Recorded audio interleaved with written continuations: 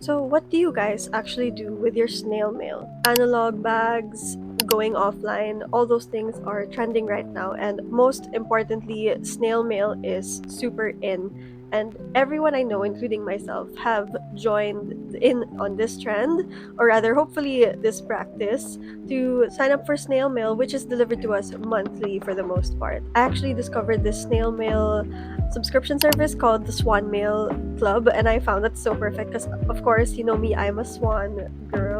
You know, like swans are literally such a symbolic and huge part of my life.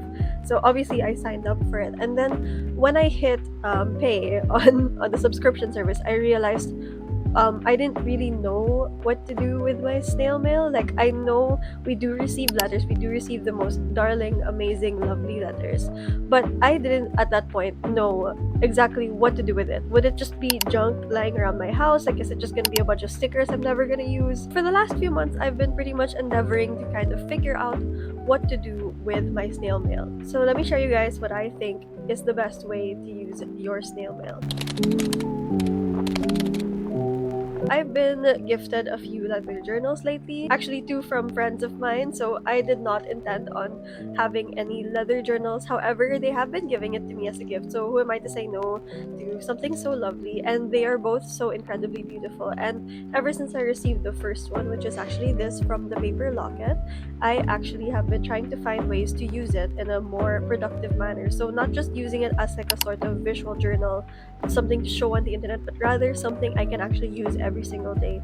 And I settled on having a Pinterest sort of analog sketchbook where I would print out Pinterest images and put it in my sketchbook. So weekly, I'd be forced to kind of sketch. And so far, it's so good. I think I've had to take a break a bit because I had to take on a lot of clients for my atelier. I've also been using it to kind of create to-do lists every day, something to get my day started, to keep myself productive. You know how it is. Now we need to figure out where the snail mail comes in. For the most part, I have been using my snail mail for my personal journal. I've been using it in the pages. I can't show all of them, of course, because it's very private. I kind of wanted to find a way to be able to mix in the snail mail with something that I can bring out in public without feeling a little too vulnerable. And I settled on actually using another leather journal, surprisingly gifted again by my friend Sheris. She gave this to me actually for my birthday, and when it arrived, I wasn't able to kind of pinpoint yet what I wanted to do with it.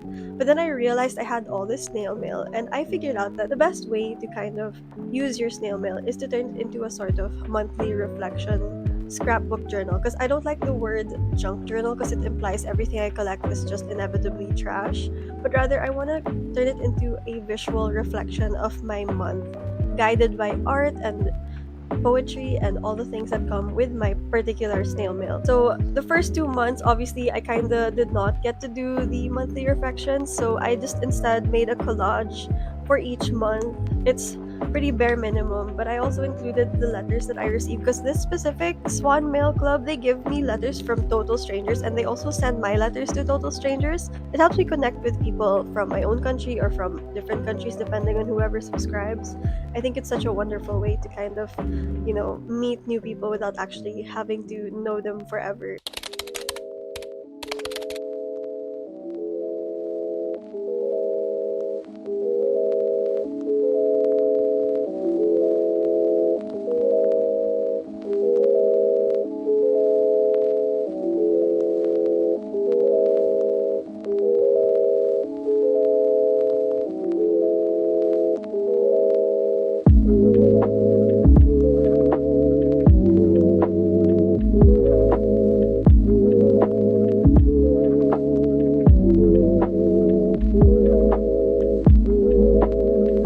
So for the month of April, I decided to really throw myself into the idea of making a reflection journal that I can kind of share, share my thoughts about how I've been doing in my life and kind of recap all the good things in each month to keep my spirits high. Because, nowadays, life kind of sucks, the world is in shambles. So obviously, we want to keep our spirits high. So the number one thing I absolutely recommend doing is keeping it positive. So no matter how bad your day is, I think this kind of scrapbook journal made from all of your snail mail should be a a source of positive energy rather than a dumping ground of all your negative energy, because that's what your personal journal is already made to be.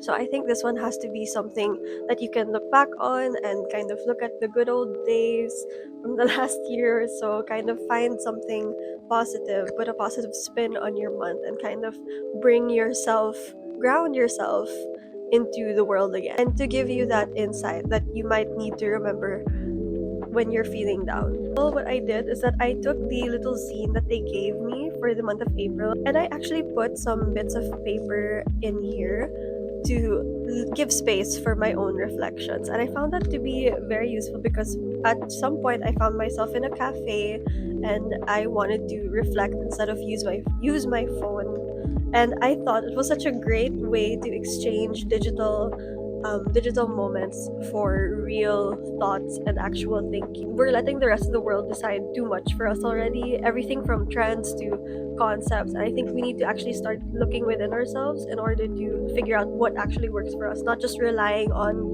the infinite amount of trends and things to do that other people are pushing at you, other influencers, other sources. I think it's such a good way to ground yourself, and overall, like, it helps also to kind of put your monthly findings. I want to give a shout out to the person who sent me mail in the April edition of the Snail Mail Club because it's 2 pages long. It is absolutely so lovely. I kind of teared up a little at the letter because it was so sweet and so well written. It was such a good thing to be able to read when I was feeling so down. And of course, we have to have our monthly thoughts and realizations. So I wrote a few down I would like to share because I wanted to kind of do a recap because I missed January through March. So for January, one of the learnings that I had is to learn how to say goodbye to things that don't serve you anymore. I think that goes without saying. You don't really need to hold on to things just because you're comfortable with them. I think it's good to step out of your box, to be a little uncomfortable, to suffer a little in order to get to the next point in your life. Because if you stay with the same thing all the time, I find that you end up repeating the same mistakes and you don't get to open yourself up to new experiences, new opportunities. For February, I always think about Valentine's. So for February, I wrote that I should embrace being in love and loving always. Love, because I have always been attracted to the idea of love. For the longest time, though, I've been repelled by the idea of marriage. So to find myself being a bridal designer now with a boyfriend who is rather committed, and I am committed to him as well, I find it so ironic. So I realized that, there's no way to kind of push away from this idea of love, in my case at least. Because look at this specific swan has been in my home for the many years that I've been alive. It's my parents' wedding gift, and I find that the swan as a symbol shows up in my life so often that I cannot say no to it. I think I've had the swan in my room for years, even before swans became cool. And even my grandparents' silverware has swans on it, and their glasses, their champagne glasses, have swans on it. So I thought it was like such a blessing and such a sign from the gods that this is something meant for me. Romance is really meant for me. For my birthday month in March, I realized that saying yes to everything that excites me leads to the most amazing, most thrilling experiences that I will ever get to experience at my young age, because I got to where I am right now by saying yes to all the things that would have scared the average person.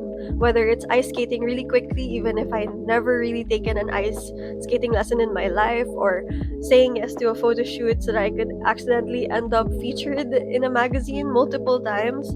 I think it's really awesome to say yes, because even if it kind of takes away from your everyday schedule, being a little spontaneous can lead to a lot of great things. And I highly recommend it to anyone who's feeling a little stuck. Because the snail mail arrives in the middle of the month, I usually do like mid-month reflections. So my mid-month reflection for this April is that you need to plant good seeds in order to sow good fruit. Now, I don't really consider myself as super religious, but when I was growing up, I read this sort of, I think it was a Bible verse talking about the same thing. And I am so annoyed to admit that finally a Bible verse has actually been relevant in my life, because I realize now when you plant the little seeds of joy, of success, very early on, you'll realize that when you take care of that seed, when you plant it and you nourish it, later on it blooms and it flourishes and it creates something so magical that it opens up your entire world to a whole new like experience. Like again, it's all about experiences this year. I think taking that first step of being brave really pushes me to keep working hard. I think I'd rather be afraid doing new things rather than not doing anything at all. And that's what I honestly think matters the most with all of this. I think despite it being kind of junk in other people's eyes, I think snail mail really helps me sort of visualize my month and gives me a space to create reflections and kind of become a little bit more intellectual in my own way, because it helps me really just think better, especially when I'm being bombarded with all kinds of things from the algorithms, from the different things, influencers, people, so many people influencing me all at once, and it gets so overwhelming that you forget to just take a step back and make it about yourself. At this point, the mic died on me, but I think everything I need to say has been said. So, thank you so much for watching this video. If you liked it, please leave a comment and subscribe, of course, and share this with your friends. I'm Odile Pauline, and I'll see you in the next video. Bye.